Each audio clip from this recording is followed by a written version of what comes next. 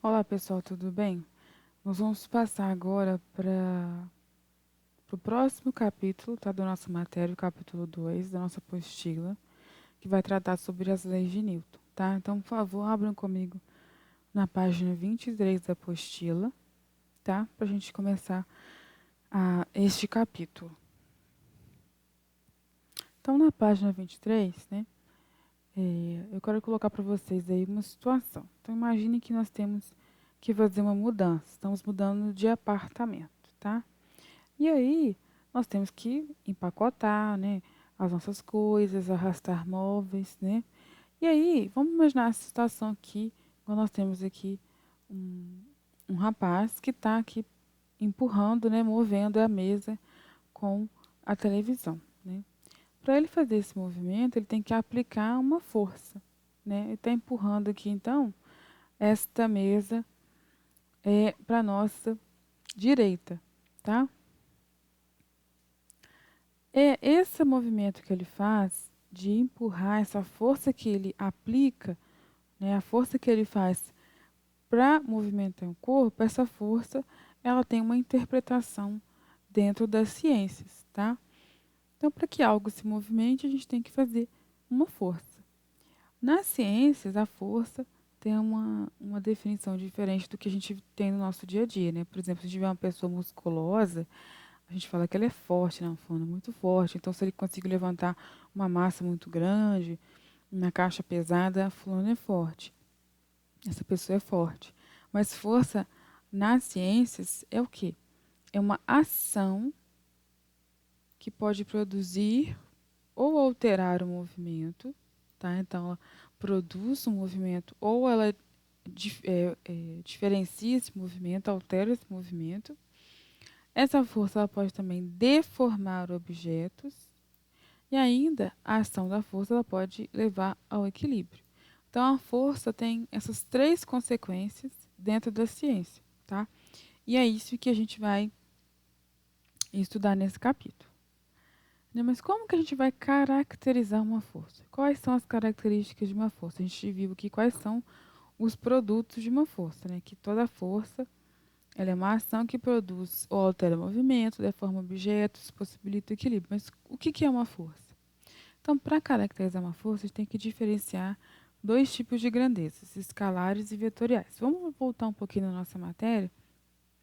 No começo do ano, nós vimos o que é grandeza.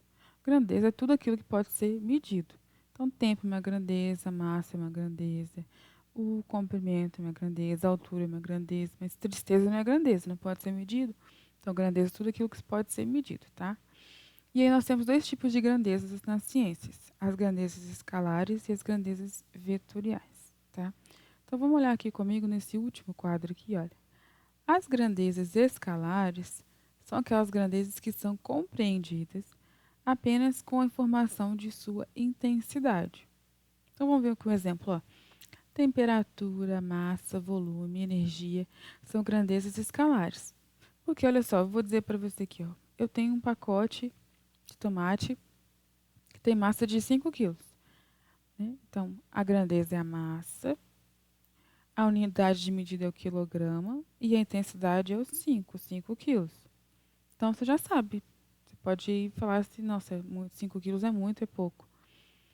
Eu vou embora, né, daqui a 2 horas. Então, horas é a unidade de medida de tempo e 2 é a sua intensidade, é o seu valor, né? Então, daqui a 2 horas, tá. Já sei que horas que você vai embora, tá? Mas as grandezas vetoriais são diferentes. Olha só aqui no quadro à nossa direita. As grandezas vetoriais, elas necessitam de informações sobre orientação, que é direção e sentido, além da sua intensidade para ser compreendida. Então, por exemplo, vamos voltar àquele exemplo do rapaz que estava empurrando a mesa com a televisão. Ele fez uma força para movimentar aquela mesa. E não sei se vocês se lembram, a seta vinha da esquerda para a direita. Então, eu estou empurrando, tem que ter uma direção e um sentido, né? Então, vamos supor. Ah, eu quero que você empurre o sofá. Tá, mas vou empurrar para que lado? Né? Então, as grandezas vetoriais, elas precisam desse complemento, dessa informação. Então, olha aqui os exemplos de uso. A gravidade do planeta é de 9,1 metros por segundo ao quadrado. Essa é a intensidade da nossa gravidade. E ela é dirigida para baixo. Tá? Por quê? Porque a gravidade atrai os corpos que estão sobre a superfície da Terra para o seu centro. Tá? Olha só, outra grandeza vetorial que a gente já estudou. Deslocamento. Seu deslocamento foi de 20 metros. Tá, mas para que lado que foi? Qual que foi a direção? Ah, para a esquerda. Nós usávamos lá no sentido de crescimento da trajetória. Tá? Então, essa é a diferença de grandezas escalares e vetoriais. Isso é importante para a gente conseguir entender sobre força.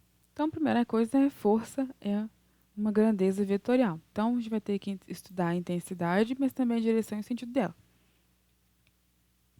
A intensidade tem relação com a quantidade de força que é empregada em um corpo para realizar a ação almejada. Essa ação pode ser causar movimento, trocar o movimento, alterar o movimento, causar deformação, tá? Para que exista, vamos prestar atenção agora, para que exista o movimento de um corpo, é preciso uma intensidade de força que seja capaz de realizar essa ação. Então, olha aqui no desenho que eu coloquei. Na primeira situação, eu tenho um rapaz tá fazendo uma força aqui para tentar empurrar um elefante. Vamos pensar comigo, esse rapaz aqui é uma pessoa normal, tá? Não é o super-homem, não é o Homem-Aranha, que foi mordido por uma aranha radioativa, tá? Uma pessoa normal. Vocês acham que essa força que ele está aplicando vai causar movimento? Não, né? Por quê? Precisa de uma força de uma grande intensidade para realizar essa ação. Então, ele é incapaz de realizar essa força. Mas, esse mesmo rapaz movimentando a mesa, então fazendo uma força para mover a mesa, aí sim a força que ele aplica vai ser capaz de causar movimento. Tá? Então, a intensidade ela é suficiente. Então, na situação 2, então ele consegue sim causar movimento. Então, a intensidade foi suficiente. Tá? A unidade de medida no sistema internacional é Newton. A gente vai ver por que tem esse nome. Tá? Então, a intensidade de uma força ela tem uma unidade de medida de newtons. Então, vamos supor, eu tenho uma força que tem uma intensidade igual a 10 newtons. Tá, então 10 é a intensidade dessa força e newtons é a unidade de medida. Agora vamos ver sobre a orientação. A orientação ela mostra a trajetória, tá, de uma força. E aí a gente pode dividir essa orientação em sentido e direção. Tá? O sentido é para baixo, para cima, para a direita, para a esquerda. Enquanto que a direção ela é vertical, horizontal ou oblíqua. Tá? Um sinônimo de oblíquo que a gente pode usar também é diagonal. Tá? O oblíquo é sinônimo, ou seja, a mesma coisa que diagonal. Então vamos ver aqui, por exemplo, olha essa seta. Essa seta está mostrando uma aplicação de uma força. Qual que é a orientação dela? Ela tem direção vertical e sentido para baixo. E essa aqui? Tem direção vertical e sentido para cima. Tem uma força vertical para cima. E essa é uma força vertical para baixo, tá? Isso é importante. Está na página 23, tá? Se vocês puderem aí, grifar, tá? Esses dois quadros aqui, eles são bem importantes. Muito bem. Então, a gente já sabe então que uma força é uma grandeza vetorial, que ela precisa de, além da intensidade, né, de saber a quantidade de força, é preciso a direção e o sentido, né, para ter uma orientação. Mas, algumas vezes, nós vamos ouvir falar de um termo chamado força resultante. Então, vamos lá. Quando falamos de força resultante sobre o movimento, estamos falando sobre a soma das forças que agem sobre o corpo. Então, imagine que para, por exemplo, movimentar um sofá na sua casa, a gente precisa de 2 pessoas fazendo força. Então, são 2 forças agindo sobre um corpo só, tá? Cada pessoa fazendo uma força. Então, a gente vai ter uma força resultante. Ou então, por exemplo, um bom exemplo é um cabo de guerra. Quando a gente faz cabo de guerra, tem aquela corda, tem um grupo de um lado e um grupo do outro. Tá um puxando para o lado e o outro puxando para o outro. Então, tem 2 forças atuando, né? Mas em direções diferentes. Então, vamos ver aqui, ó, como que a força resultante ela se aplica. Se as forças aplicadas estão no mesmo sentido de direção, essas forças são somadas e aí a gente descobre a força resultante. Mas se as forças estão em sentidos opostos, então uma para a esquerda e outra para a direita, se contrapondo, a força resultante deve ser a subtração entre elas. Então vamos lá. No primeiro exemplo, a gente tem aqui 2 forças sendo atuadas num corpo aqui. Então, porque tem 2 pessoas movendo um sofá. Então, eu vou colocar aqui que esse corpo nosso aqui é um sofá. Tá? Então, tem uma pessoa empurrando e outra puxando. Só que tá vendo que tá pro mesmo sentido? Olha, qual que é a direção dessa força? Ela tem direção horizontal. Da F1. E a F2 também é horizontal. E qual que é o sentido? Olha, para a direita. As 2 forças são para a direita, então elas têm mesma direção e mesmo sentido. Tá? Aí, Juliana, qual que é a intensidade? Olha aqui, ó. F1 tem intensidade de 4 newtons e F2 tem intensidade de 3 newtons. Tá? Então, vamos lá. Qual vai ser a força resultante dessa primeira situação aqui minha? Olha só. A força resultante vai ser a soma das 2 forças, de F1 mais F2. Tá? Então, a força resultante vai ser 4 newtons mais 3 newtons. A força resultante, então, é de 7 newtons. E qual que é a direção e o sentido dessa força resultante? Então, a direção horizontal, sentido da direita para a esquerda. Tá? Vamos agora para a situação 2. Olha só, na situação 2 a gente tem um cabo de guerra. Tá? Então, vou colocar aqui. Ó. Tem um cabo de guerra.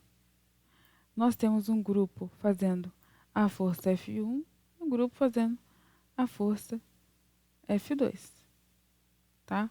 Então, olha só, F1 está puxando para a direita com uma intensidade de 4 newtons. E F2 está puxando com a intensidade de 3 newtons. Então, só olhando para isso aqui, qual grupo que vocês acham que vai ganhar? Com certeza o grupo aqui da direita, porque ele está puxando com uma intensidade, 4 newtons é maior que 3 newtons, 4 é maior que 3. Então, esse grupo aqui vai ganhar. Então, a gente já sabe mais ou menos qual é a direção e o sentido da força resultante. Mas, nesse caso, a gente tem que fazer a conta para saber o valor. Então, a força resultante vai ser igual a F1 menos F2. F1 é de 4 newtons, F2 é 3 newtons. Então, 4 newtons menos 3 newtons, resultado de 1 newton. Tá? Qual vai ser o sentido e a direção dessa força resultante? Direção horizontal, sentido para a direita. Tá bem? Então, é assim que a gente calcula a força resultante. E a força resultante é sempre quando tem mais de uma força atuando sobre um corpo. Tipos de força. Agora na página 24. No nosso dia a dia, nós encontramos vários tipos de força. Tá? Nós temos 2 tipos principais, forças de contato e forças de campo. As forças de contato são aquelas forças onde há interação entre os corpos, ou seja, há contatos, por isso forças de contato. E aqui nós temos 5 tipos, tá? Exemplificados. Primeiro tipo, força de atrito. Essa força, ela se dá quando há fricção entre 2 objetos. Então, existe uma força que se opõe ao movimento, tá? Quando que a gente vê a força de atrito atuando? Por exemplo, quando a gente vai descer um escorregador. Dependendo de como está polida a superfície, a gente consegue descer com maior ou menor facilidade. Então, há fricção entre 2 objetos, nossa roupa e a superfície ali do escorregador. Força de tração. é uma força transmitida por meio de fios e cordas. Então, aquele exemplo que eu dei lá do cabo de guerra, a força que cada grupo está aplicando na ponta da corda está sendo aplicada pelos fios, né, pela corda. Então, é uma força de tração. Terceiro tipo, a força normal.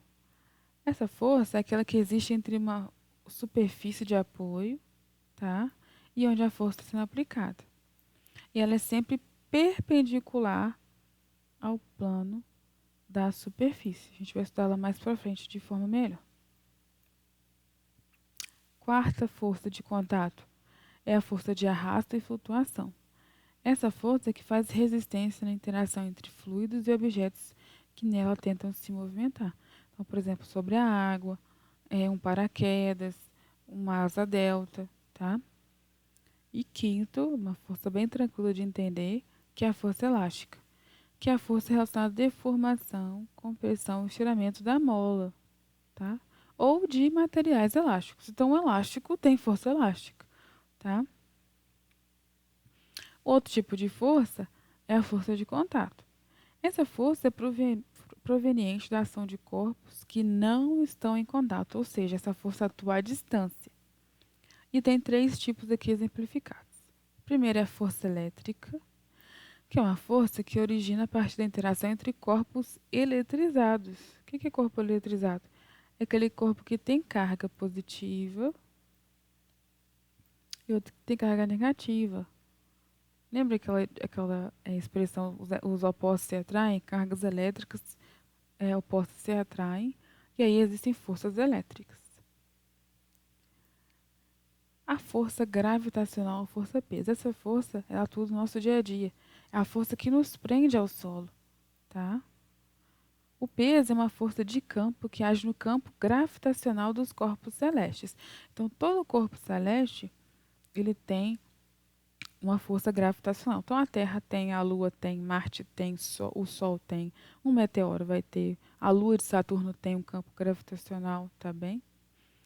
E outra coisa importante, a força-peso não é o peso que nós dizemos que está na balança. A gente vai falar mais para frente dele aqui, tá? E por último, força magnética. Essa força é gerada pela interação de ímãs e metais. Tá? Então, o ímã, quando se aproxima de alguma coisa que é formada por ferro, ele não atrai, ele não puxa, ou, dependendo de um tipo de ímã que a gente usa, vai tentar afastar. Tá? Então, essa é uma força do tipo magnética. Então, aqui na página 25, a gente tem alguns exemplos dos tipos de força, tá? Então, a força de atrito é uma força de contato. Então, por exemplo, esquiando, né, tem um atrito do equipamento com a neve. A força da gravidade é uma força que atua à distância, então é uma força de campo. A força aqui, ó, que a mocinha está fazendo ao empurrar um carrinho é a força do tipo normal, tá? E uma força de contato. Força de arrasto, força flutuante, são forças do tipo também de contato. Que contato? Do ar, do fluido, da água com o corpo. Forças de tensão, força de contato. Olha o cabo de guerra que eu falei. Então, a força está sendo aplicada aqui na beirada, né? Nas extremidades, está sendo transmitida através dos fios, tá? A força magnética é uma força de campo e a força elástica é uma força de contato, porque se diz da deformação, da elasticidade de uma mola, tá bom? Então, gente, o campo da ciência que estuda os movimentos com o objetivo de compreender as causas é chamado de dinâmica. Lá no primeiro capítulo, nós estudamos a cinemática, tá? Que estuda as características de cada movimento. Mas aqui, a gente vai estudar os movimentos e compreender suas causas, tá? Isso é chamado de dinâmica. Uma pessoa muito importante é esse camarada aqui, Isaac Newton.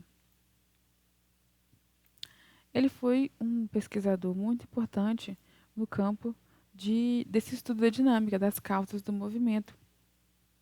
Ele também estudou também a propagação da luz nos meios, né, no ar, na água, tá? E outra coisa importante, gente, a evolução da ciência, ela é uma obra conjunta de vários pesquisadores. Então, nesse caso aqui, no estudo da dinâmica, Galilei Descartes, eles foram importantes, né, contribuíram, não só Isaac Newton, mas esses outros pesquisadores também foram importantes no estudo da dinâmica, tá? Então, nós vamos, a partir de agora, estudar as leis de Newton. Então, elas levaram o nome de Newton porque ele foi o pesquisador que moldou, né, que instituiu cada lei. Mas, com certeza, ele teve acesso aos estudos anteriores de outros pesquisadores para fundamentar essas leis, tá bom? Então, na página 27, vamos lá comigo, nós temos a primeira lei de Newton, ou a lei da inércia. Se vocês quiserem complementar, colocando aí ou lei da inércia, tá? Vamos ver por quê. Então, vamos ver essa situação aqui, ó. Você está dentro de um ônibus em pé, tá? E este ônibus precisa de frear bruscamente. O que acontece com você e com os outros passageiros? Na hora que o ônibus freia, gente, a gente não vai lá na frente? Nosso corpo é projetado para frente, para o sentido de onde o ônibus estava se movimentando, não é isso? Então, por que a gente continua com o nosso movimento? Isso é chamado de inércia. O que a inércia diz? É que corpos que estão em movimento, eles tendem a continuar em movimento. E corpos que estão em repouso, eles tendem a continuar em repouso, tá? Nesse caso aqui, dentro do ônibus, o que aconteceu? O ônibus freou, teve uma força para ele parar o movimento, mas sobre nossos corpos não. Então, nós continuamos o movimento que estávamos fazendo, indo para frente. Então, nesse caso, atuou a inércia. Agora, imagina comigo, quando a gente está no ônibus parado e ele arranca, ele começa a andar rápido, a gente não dá aquele chicoteada para trás, porque a gente estava em repouso e a tendência do corpo é continuar em repouso. Então, a gente vai para trás, tá? Vamos ler comigo aqui o quadro verde que está aí na página 27. O princípio da inércia se refere à característica de um corpo em se manter em movimento caso as resultantes das forças externas sejam nulas ou não consigam mudar. Assim, se o corpo está em repouso, ele continuará em repouso até que seja forçado a entrar em movimento. Se o corpo está em movimento uniforme, ele continuará em movimento uniforme até que uma força seja aplicada sobre ele e mude seu movimento. Então é isso aqui. Se o corpo está em repouso, ele vai continuar em repouso até que seja forçado a entrar em movimento. Nós acabamos de ver que os movimentos são resultado de quê? A atuação de uma força.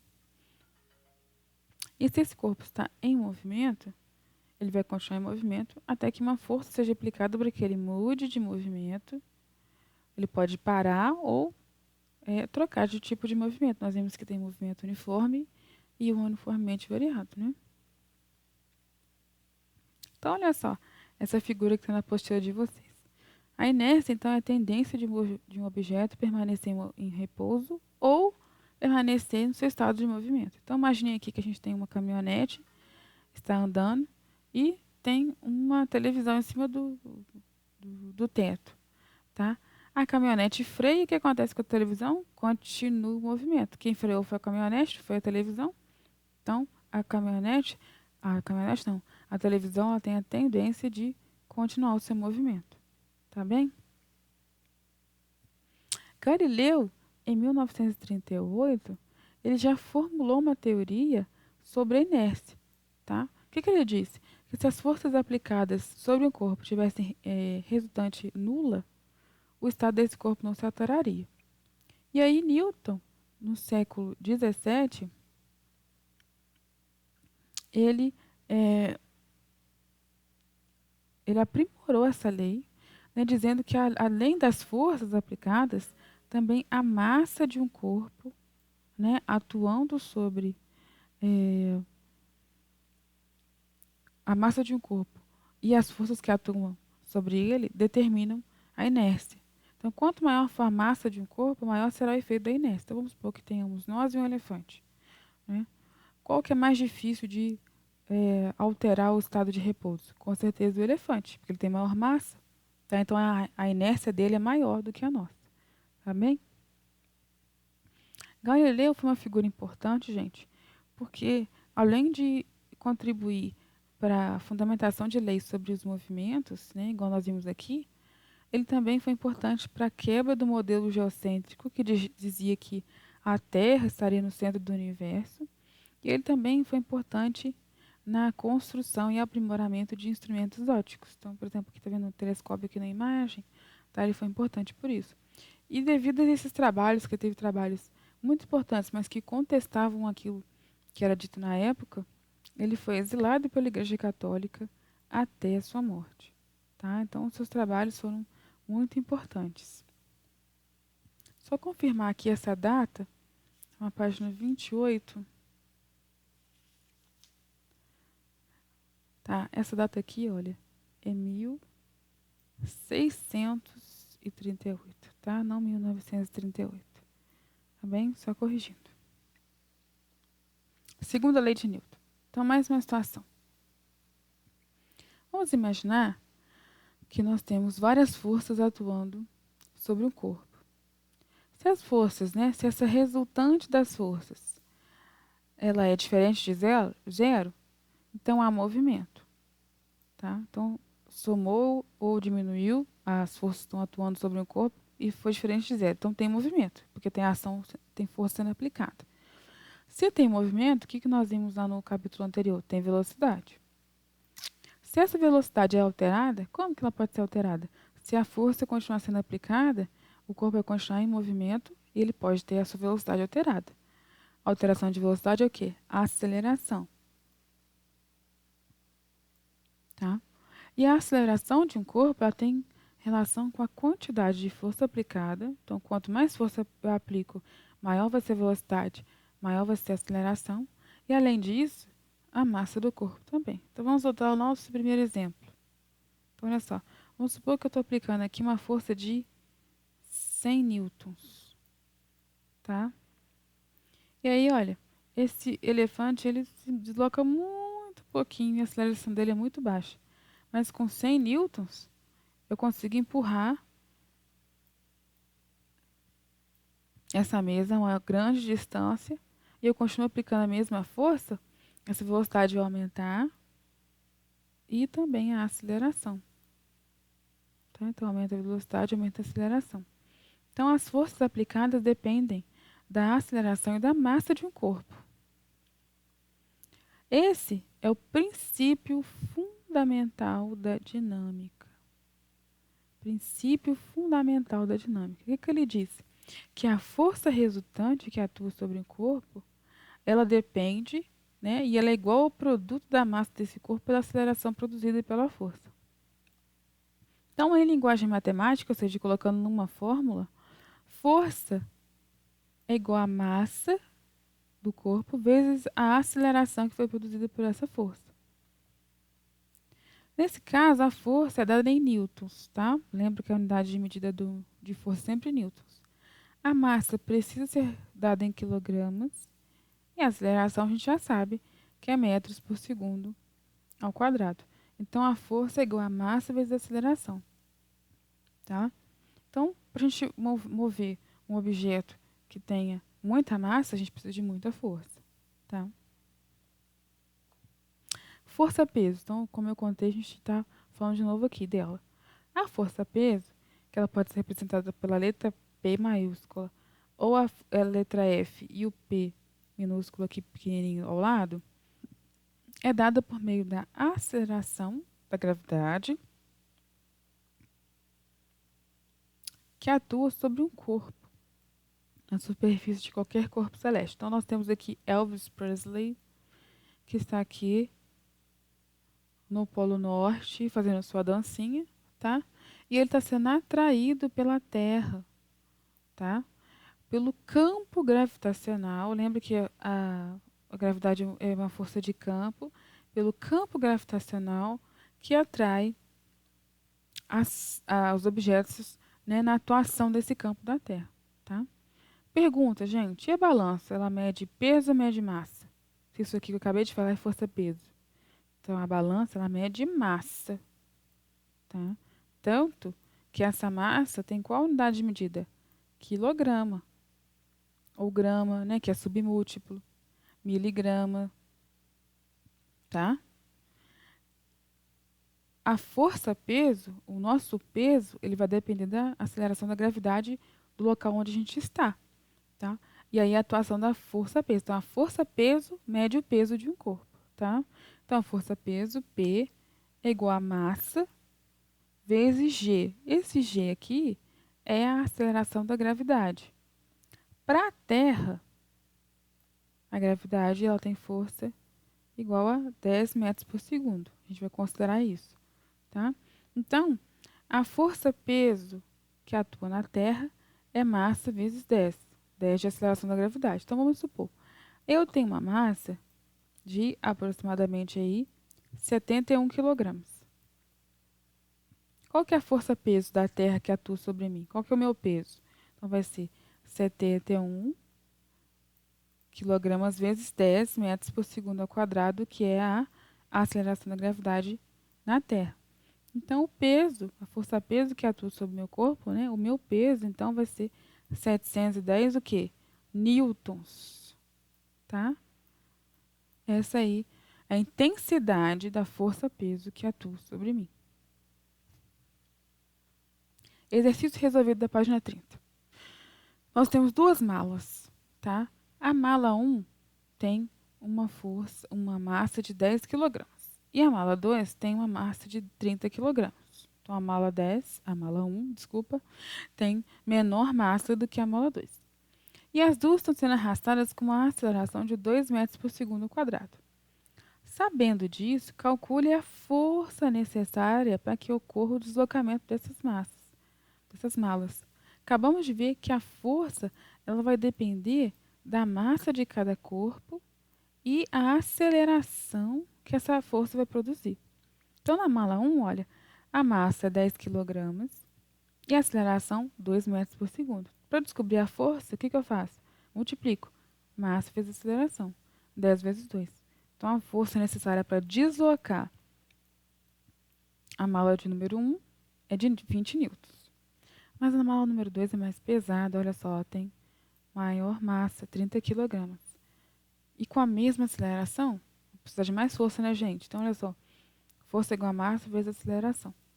Força igual a 30, que é a massa, vezes 2, que é a aceleração. Força igual a 60 newtons. Estão falando? Então, olha só. Para que a gente possa movimentar um corpo que tenha maior massa, eu vou precisar de uma maior força. Então, tá aqui. Para a gente deslocar a mala número 1, preciso de uma força de 20 newtons. Para deslocar a mala número 2, preciso de uma força de 60 newtons. Para finalizar, terceira lei de Newton. Então, vamos pensar em situações aqui. Primeira situação, eu dou um soco bem forte na parede. Qual que vai ser meu resultado? Dor.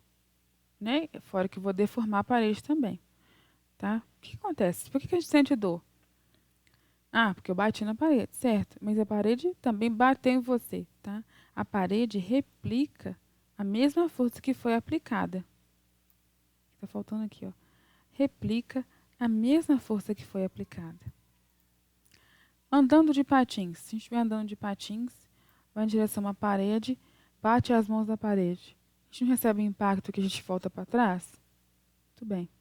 Isso é a lei da ação e reação. Toda força que é aplicada, ela recebe uma outra força de mesma direção, mesma intensidade, mas sentidos opostos, tá? Então, vamos ler aqui comigo o quadro que está na página 32.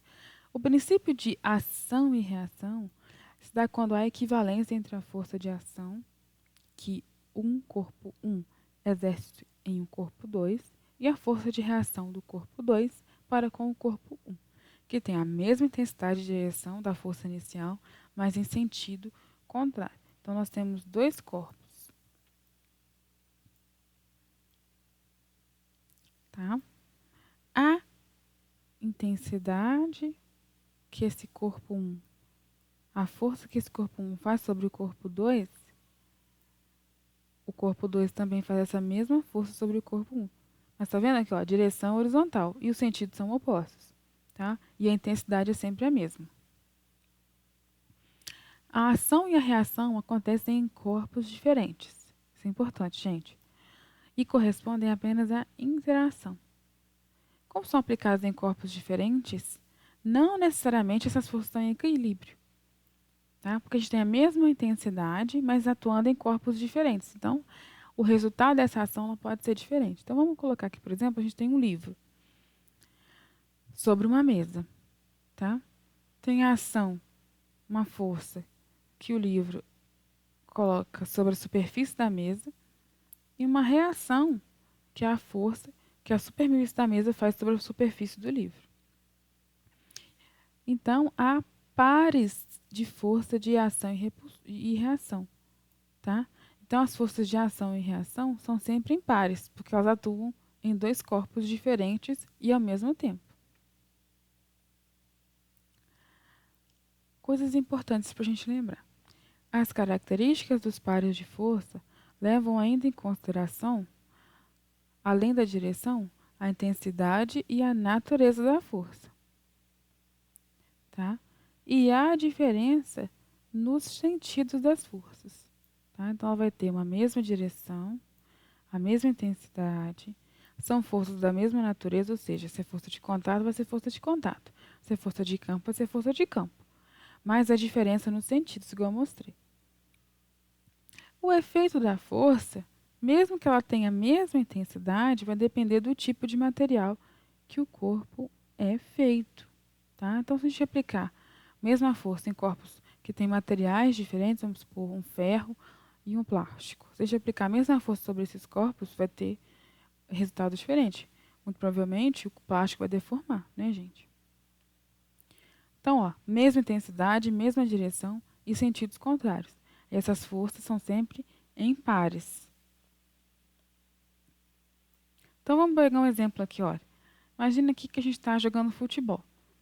Aí, nós vamos chutar a bola com uma intensidade de 8 newtons. Então, nós temos uma força que tem direção horizontal,